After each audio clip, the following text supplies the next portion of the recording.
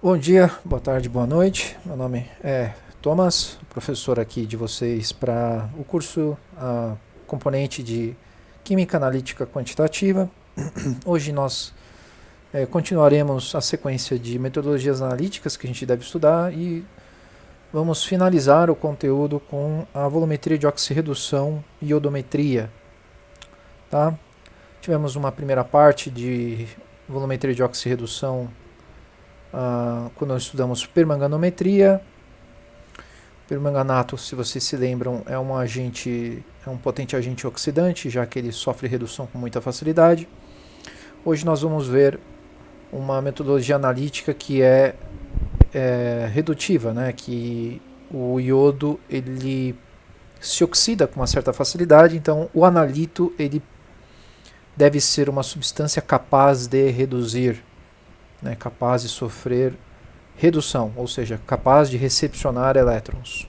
Tá? Então, antes da gente começar a discutir a metodologia em si, vale a pena a gente explicar que iodometria se difere da iodimetria. A iodimetria é uma metodologia de análise feita com soluções de iodo. A iodometria é uma metodologia em que se titula o iodo formado de reações redutoras, onde o íon iodeto é oxidado para o iodo, conforme segue a reação a seguir. Tá? Então, o que nós temos aqui? Temos o iodo recebendo um elétron, tá? Na verdade, o iodo o iodeto emitindo um elétron, e temos uma proporção aqui que 1 mol de iodo vai liberar 1 mol de elétrons. Ok? Então,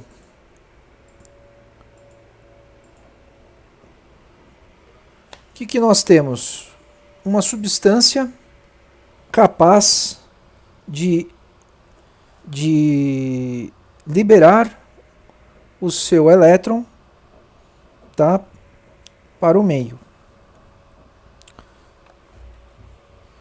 Qual que é o princípio da técnica, né? O que a gente costuma fazer? Nós costumamos fazer uma análise de hipoclorito. Tá? Então, o que acontece? O hipoclorito ele é uma substância que sofre redução.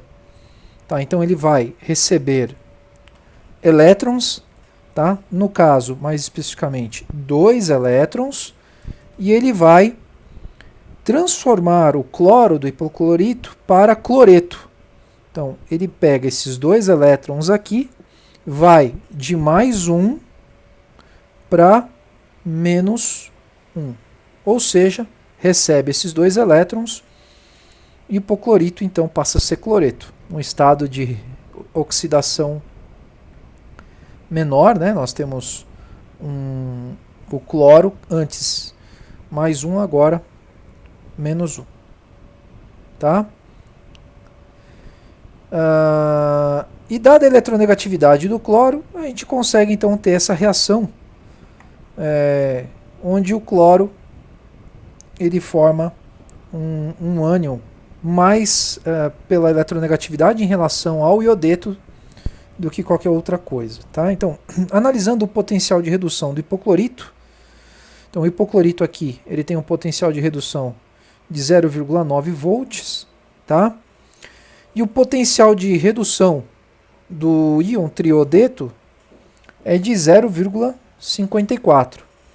Tá? Eu já vou entrar um pouquinho mais a fundo, falar um pouquinho do que é o triodeto para vocês, mas basta dizer que a redução dele é 0,54.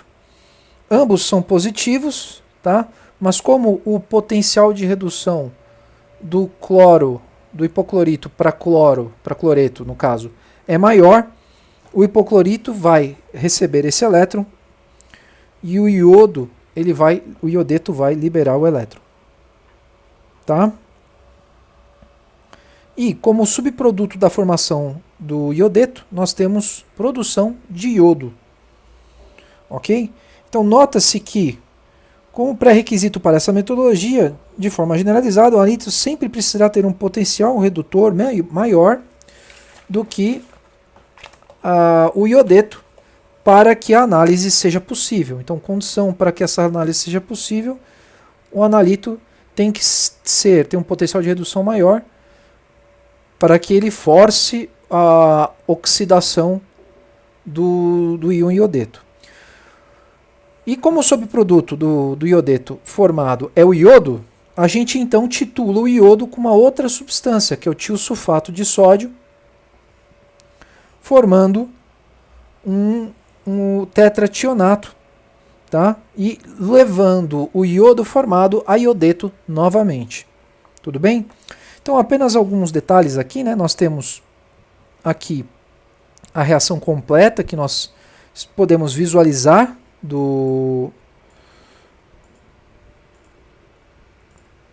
a reação completa da análise, tá? Podemos visualizar. Temos o iodeto reagindo com hipoclorito, tá? E forma o cloreto e 1 mol de iodo. Tudo bem? Então, continuando a sequência, né? O tiosulfato, por sua vez, ele ele doa 2 elétrons para o meio, numa reação onde ele se transforma no tetrationato, seja qual for o sal envolvido, e tem um potencial aqui de oxidação no valor de 0,08 volts, tá? Então, a reação que acabou ocorrendo é que o iodo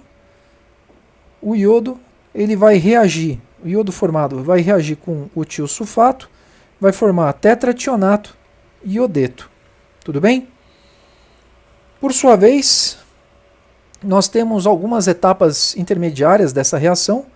O tiosulfato também pode reagir com iodo, formando um complexo aqui de tiosulfato iodado, né? Iodeto de tiosulfato, aqui, ó, iodeto tiosulfato, e o iodeto negativo do outro lado. Tá? Então tá bom, pessoal, vamos tentar então entender como é que funciona essa técnica. A gente tem que ter um analito que é capaz de sofrer redução, tá? E que tem um potencial de redução maior que o potencial de redução do iodo. Então nós temos aqui um NOx do composto XA, tá? Vou chamar aqui de NOx X, melhor, né? NOx de X. Só apagando aqui. Então temos NOx da substância X oxidada, ok? E temos um NOx da substância X reduzida. Lembrando então que o número de oxidação ele vai diminuir, né? Por quê? Ele está ganhando elétrons, tá? Um determinado número de elétrons. Então, iodeto é misturado com o analito, tá? Então temos aqui o nosso XO, que é o meu analito oxidado. Ele vai liberar um elétron que vai ser absorvido. Então teremos a espécie reduzida do meu analito, mais o iodo produzido, tá? Onde, melhor digitar de novo, né? Onde o iodo, então, o iodo é analisado,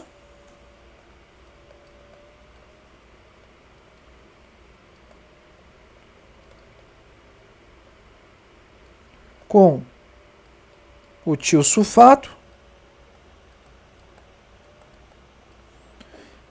tá? E produz tetrationato e iodeto novamente. Ok?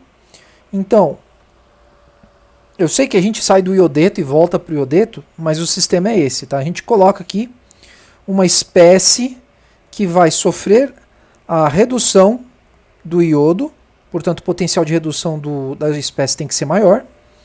Produzimos iodo. O iodo é analisado com o tiosulfato, que produz tetrationato e forma iodeto. Ok?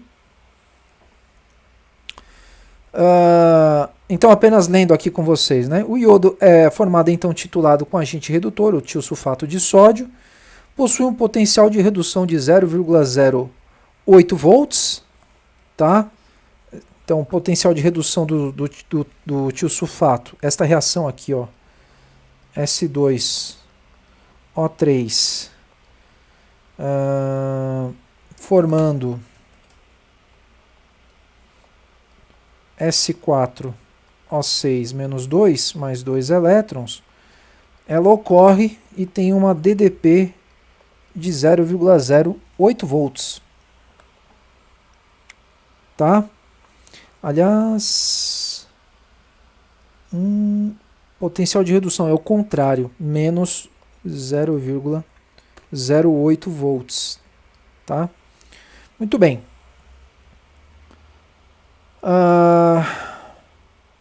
E aí a reação inteira ela se completa da seguinte forma. Só colocar aqui para cima. Reação completa, nós temos o iodo formado, 2 mols de tiosulfato formam o tetrationato, tá? E 2 mols de iodeto novamente, tá? Esta reação, no entanto, não é estável e se reverte em etapas por intermediárias. Nós já mencionamos. Essa etapa intermediária pode confundir o analista com o reaparecimento do iodo depois do ponto de equivalência. Interferentes. Então, outras espécies que possam ser reduzidas pelo iodo podem interferir na análise. Um exemplo dessas espécies, por exemplo, temos aqui o peróxido, tá? Temos o íon iodato, dicromato, permanganato, tá? Todas elas vão forçar o iodeto a virar iodo, tá? Liberando 2 elétrons. Então elas podem ser erros analíticos. É bom que a gente faça, se certifique de que estas espécies não estejam no caminho, que elas irão consumir iodo, aliás, vão consumir o iodeto produzindo iodo, dando erro de leitura. Então, a análise ocorre em meio acidificado com ácido acético glacial, porém, o tiosulfato deve se manter num pH rigidamente controlado por se decompor em meio ácido, em enxofre rômbico, conforme mostra esta reação aqui, pessoal. Então, nós temos aqui o tiosulfato, meio ligeiramente ácido, vai formar um enxofre sólido com enxofre rômbio, o dióxido de enxofre e água. Tá?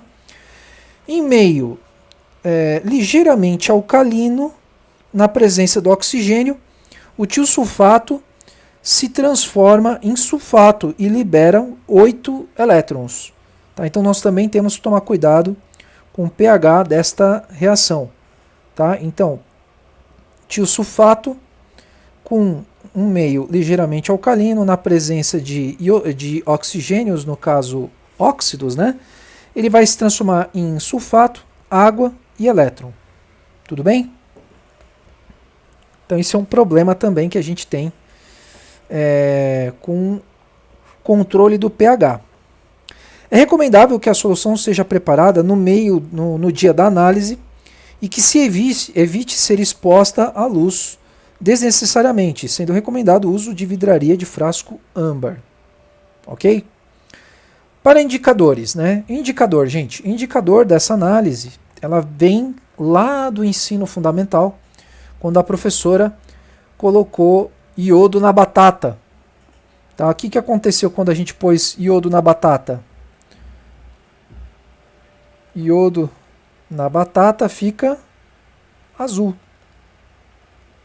Tá? Existe uma mudança de cor. Por quê? Porque o iodo reage com a amilopectina ou amilose, tá? Que está presente na batata. Então nós usaremos amido, uma solução de amido, tá? Para fazer o indicador. Deixa eu apenas recolocar aqui, um pouquinho mais para cá. Então, indicador é o amido,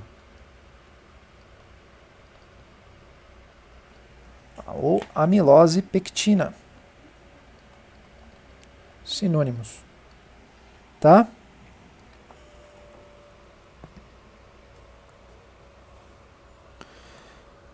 Então, o que acontece? Reage na presença do iodo formado, resultando num complexo amilose-iodo, tá? E o ocultamento do iodo nas cadeias lineares da amilose evidenciam a cor azul.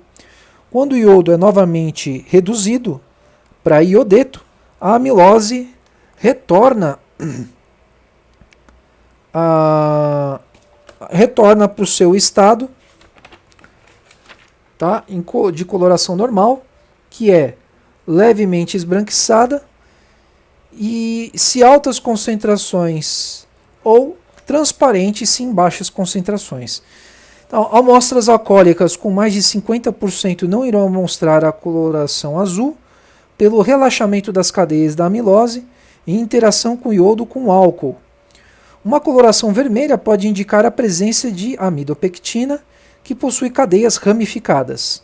O complexo do iodo-amilose é insolúvel, atrapalhando o equilíbrio químico da reação, e por esse motivo deve ser adicionado somente nos momentos finais da reação. Então o que se recomenda? Fazer uma análise exploratória, né, para você ter uma ideia do valor final e adicionar o iodo próximo do fim da análise, ou seja, por volta de 90% do volume adicionado.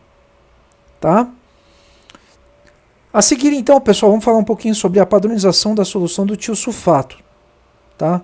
Pesar 0,028 gramas de iodato de potássio. Então agora estamos falando da padronização. Tá? Pesaremos 0,028 gramas de iodato de potássio.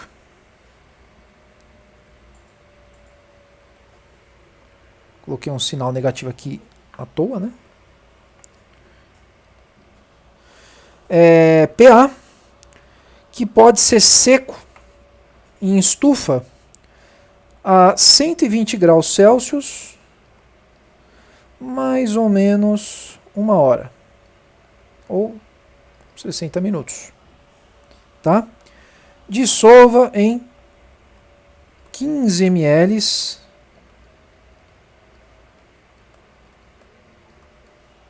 de água fria.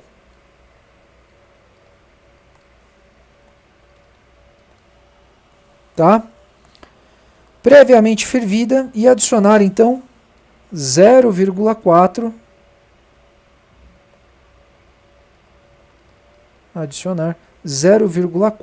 gramas de iodato de potássio e 1 ml de ácido sulfúrico. tá? 1 molar. Titule sob agitação constante.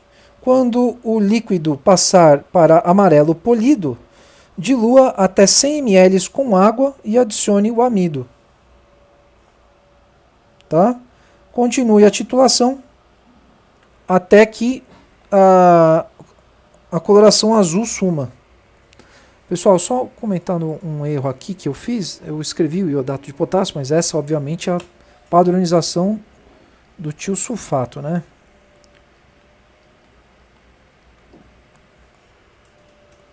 Tudo bem? Então tá aqui o procedimento de padronização do tiosulfato, vocês podem usar. Vai dar certinho. Tá? Cálculos. Cálculos para a padronização. Tudo bem? Então, o iodato com 5 mols de iodo em meio ácido, no caso ácido acético, formam 3 mols de iodo, 3 mols de água. Os 3 mols de iodo, então, vão reagir com 6 mols do íon tiosulfato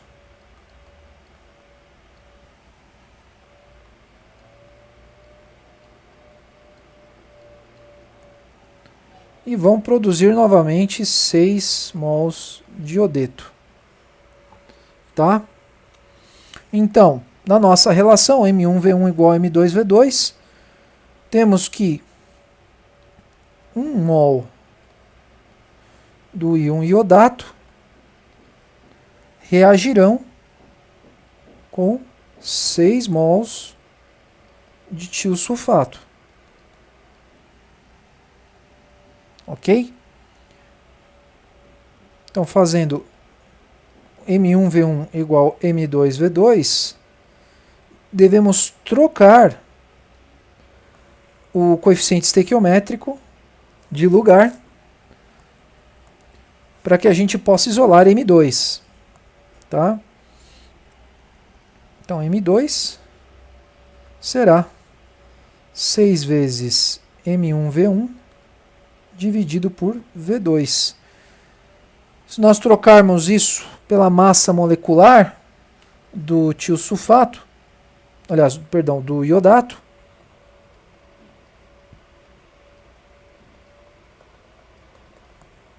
que é 214 gramamol, então nós podemos escrever o seguinte: a molaridade do tiosulfato será igual a massa pesada de iodato dividido por 35,6 dízima gramas por mol, e esse valor refere-se a 214 dividido por 6, vezes o volume da bureta.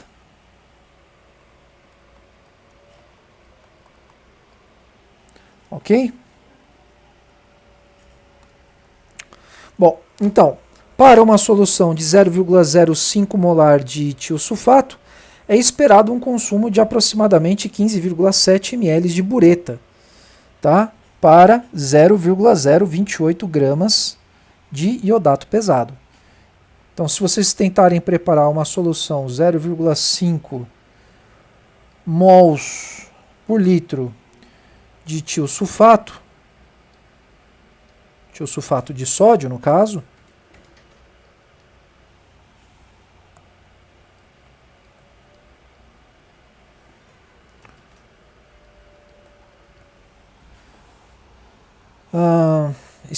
é esperado 15,7 ml de bureta, tá? Se forem pesados 0,28 gramas de iodato. Iodato aqui, pessoal, na verdade está funcionando como um agente passível de ser reduzido, tá bom? Então, para análise agora, né, fazendo o cálculo especificamente numa análise de hipoclorito. Então, análise de hipoclorito.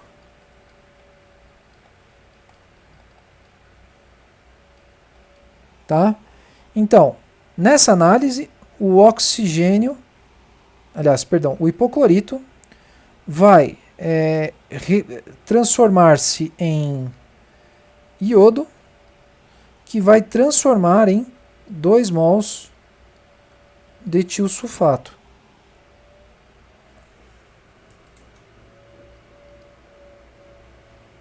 Que vai transformar-se em 1 mol de tetrationato.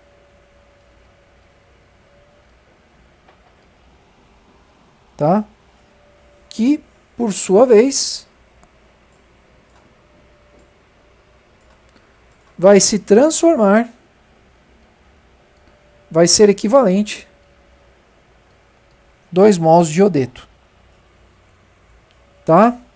Então, pessoal, no fim das contas, tá? O que nós temos é relação de 2 para 1. Tá? Então, 1 mol do hipoclorito, eu nem sei porque eu escrevi assim. Ah, não, eu escrevi assim porque está escrito no Vogel, viu, gente? 1 mol do hipoclorito vai ser equivalente a 2 mols de tiosulfato, que é o que está na bureta, tá? E vai formar 2 mols de iodeto. Então, pessoal, M1V1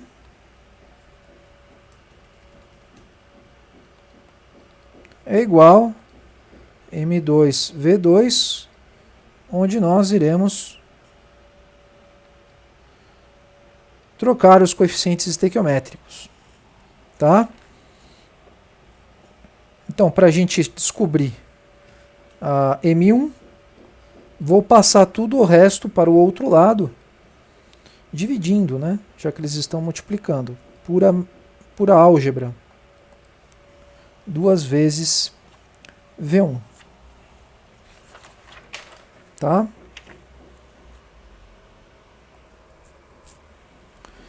Então, 1 mol de hipoclorito equivale a 1 mol de cloro ativo, que é o que está escrito nas embalagens das cândidas, das águas sanitárias, né? Tudo bem? Então, se nós quisermos fazer as devidas substituições, né? Lembrando que a molaridade do hipoclorito vezes 35,45 grama-mol, que é do cloro, gente, vai me dar a concentração em gramas por litro de cloro. Ok? E nessa análise, o que a gente faz? Pipetamos 25 ml da amostra e vamos transferir para um balão de 50.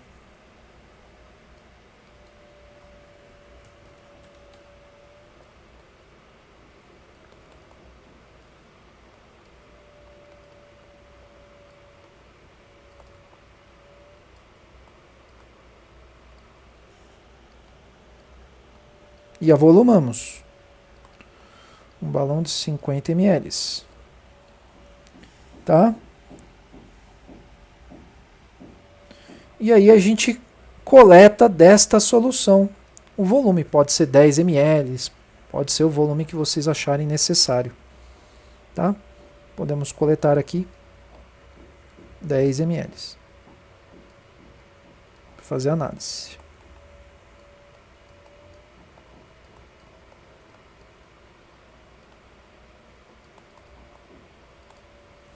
Ok? Então, pessoal, desculpem a bagunça. Isso completa a volumetria de oxirredução.